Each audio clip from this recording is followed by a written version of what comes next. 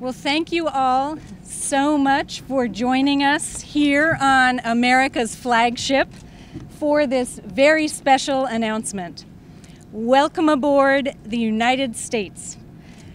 As you all know, the SS United States Conservancy has been working tirelessly to ensure that this national treasure educates, endures, and inspires for generations to come.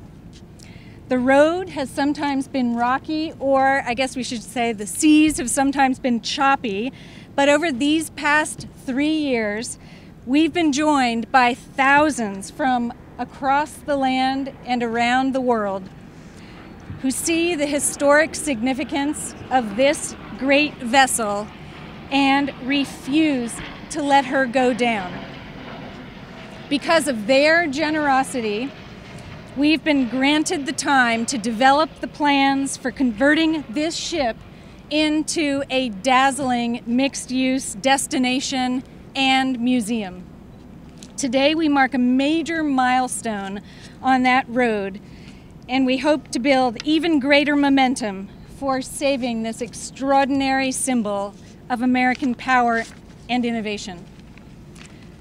However, we must acknowledge that our flagship remains in peril.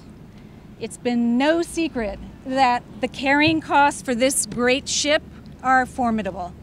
Our financial situation remains fragile even as we continue to make real progress in identifying permanent sites for the ship and investors who are ready, willing, and able to help resurrect her.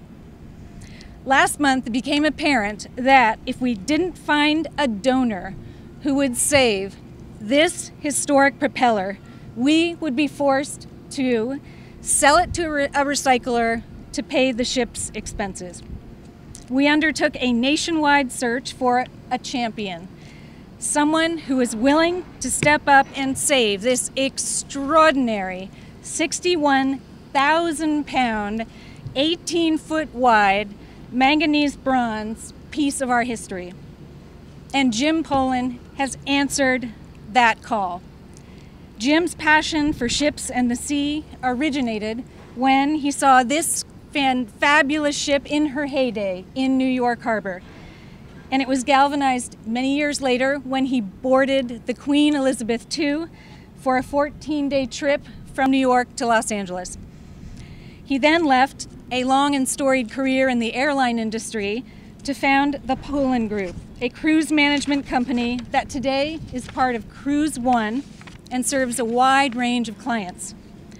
He has come forward to ensure that this propeller, once classified as top secret by the U.S. government during the height of the Cold War, that will remain aboard the United States and eventually become part of the ship's Center for Design and Discovery.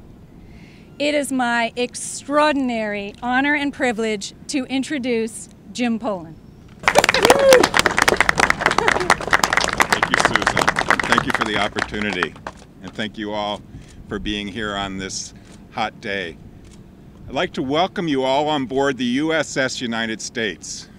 In my business over the last 20 years, I've welcomed thousands of people on board ships, but never a U.S. carrier. This is the first time I've been able to introduce and welcome people on board a U.S. carrier. When I was walking up the gangway, I could hear ghosts of thousands of passengers, happy passengers coming on board this vessel.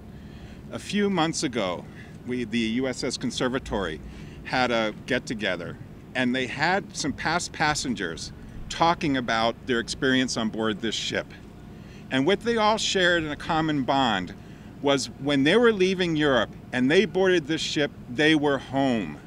They felt like they were home. And that's what this ship did. And it's now our responsibility to give this ship a home so that it can now lay to rest as it welcomed everybody on board. As I walk through this ship, I've been on a lot of ships, I'm amazed at what fantastic condition it's in. I mean, it's an amazing condition. I mean, you might look at the paint peeling and what have you, but don't let that fool you. This ship is solid. I'm also walking through and seeing incredible event space. I mean, this ship is fantastic. I'm just totally speechless because I'm emotional because it's the first time I've been on this ship, and it's a national monument, just like the Washington Monument or the Statue of Liberty or the Empire State Building. We need to SOS, save our ship. Thank you.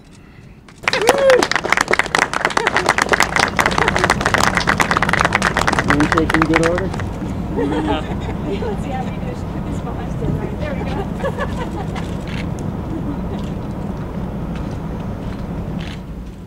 Thank you, thank you, thank you, Jim. Yeah, Yes. Jim.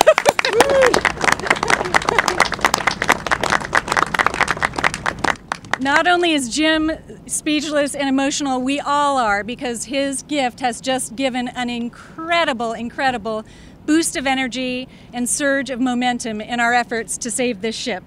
And we very much hope that his generous donation will be an inspiration to others during this critical time. In so many ways, we have never been closer to ensuring that this great symbol of American innovation and can-do spirit is saved for future generations. Jim's generosity will ensure that this gorgeous propeller stays right here where it belongs. And now it is up to us to make sure that we save the rest of the ship. The redeveloped United States would serve as a museum, educational center, and provide over 500,000 square feet for retail, restaurants, offices, open space, and an extraordinary venue for the performing arts. The Conservancy has been advancing discussions in recent months with a number of partners and has identified several very viable locations for the ship, particularly in her former home port of New York. I would now like to introduce Dan McSweeney, who is heading up the Conservancy's redevelopment project. Dan. Thank you, Susan. Thank you very much, Susan. Your work on behalf of the ship is truly an inspiration. I also want to thank Jim Pollin. You are a great American for stepping up and doing what you just did. Thank you so much for your efforts on behalf of this great vessel. This ship is a symbol of America. I think we all agree to that. And one of the best things I heard you say, Jim, is that the ship is in great condition, because you are absolutely correct. This ship is in excellent condition. It will not be a problem to redevelop her so that she can be used as a multi-purpose destination in New York City. I just want to let you know some of the things that we're working on up in New York so that you understand that we do have a plan in place. Many people ask us why they should continue to support our efforts, especially when no definitive answer has yet emerged regarding the final location and disposition of the ship. The answer is very simple. This is the SS United States we're talking about. It's a living symbol of our country. And the way we treat this symbol will send very clear signals domestically and internationally about America's sense of self in the 21st century. Since we began efforts to redevelop the ship in earnest just over 3 years ago, we have been in touch with literally thousands of potential partners about the unique opportunities offered by this vessel. In the wake of the financial crisis, it has been a challenge, frankly, to complete a contract negotiation. There are not many examples of adaptive reuse of a project of this nature and scale. It's a testament to the indefatigable efforts of our teams across the country that we have made significant inroads after considerable due diligence on redevelopment of the ship in Philadelphia. Philadelphia has graciously hosted the SS United States for the past 18 years. After looking here in Miami, Baltimore, Charleston, Washington, D.C., Boston, San Francisco, Los Angeles, and even the U.S. Virgin Islands, it's become quite clear to us that the best chances for successful redevelopment of the ship exist in New York City. Our team in New York is engaged in detailed negotiations for redevelopment of the ship at 2 potential sites. One of them is in Manhattan and one of them is in Brooklyn. Though we're not able to announce the details or the existence of a signed contract, we are confidently advancing. And we are determining the right terms that will satisfy an admittedly considerable regulatory and permitting process. Of course, the Conservancy will always be involved in the project, as will other public and nonprofit uses. New Yorkers of all walks of life now have an important decision to make. Will they accept this great gift, loved and cared for by Philadelphians for so long, and welcome the SS United States back home? We feel strongly that they will. She was the pride of New York, and indeed the entire country from 1952 to 1969. And now it's time for her to show that she can and must become an important icon on the waterfront once again, creating jobs, generating revenue, teaching and inspiring new generations, and offering much needed hospitality, culture, education, and public space. In the overall course of redeveloping this ship, we estimate that well over 2,000 jobs will be created. That future is something that we should be excited and proud about, just as we celebrate the ship's incredible past. This is a once-in-a-lifetime opportunity. Across the country, and now especially in New York, we can't let it slip away. We are on the cusp of success after a very long and trying journey, and we need to bring our ship home together. So once again, we want to thank Jim Pollin for his incredible generosity and the Conservancy for all the incredible work they continue to do on behalf of America's national flagship.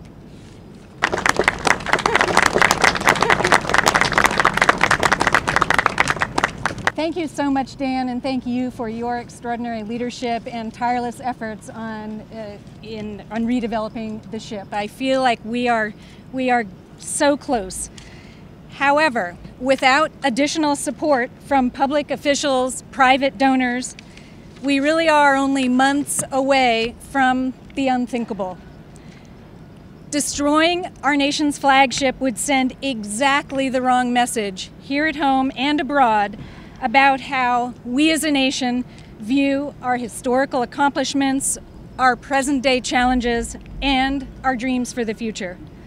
Nothing this big and this important that bears the name of our great nation should be left to rust or, worse, scrapped. So we encourage individuals, businesses, elected officials from across the nation, around the world, to answer Jim's call to action here today so that we can respond to his generous matching grant challenge, and we can keep building a bigger and bigger community who see this ship as an absolutely essential part of our future, as an engine for job creation, as an incubator for new ideas, a place where people can just have fun again, and a showcase for all that we represent as a nation and the scale of our ambition. So time is running out, but we can do this, and we thank Jim Pollin for his vision, his confidence in our effort, his extraordinary generosity, and now let's save our ship. Thank you so much to all of you for being here.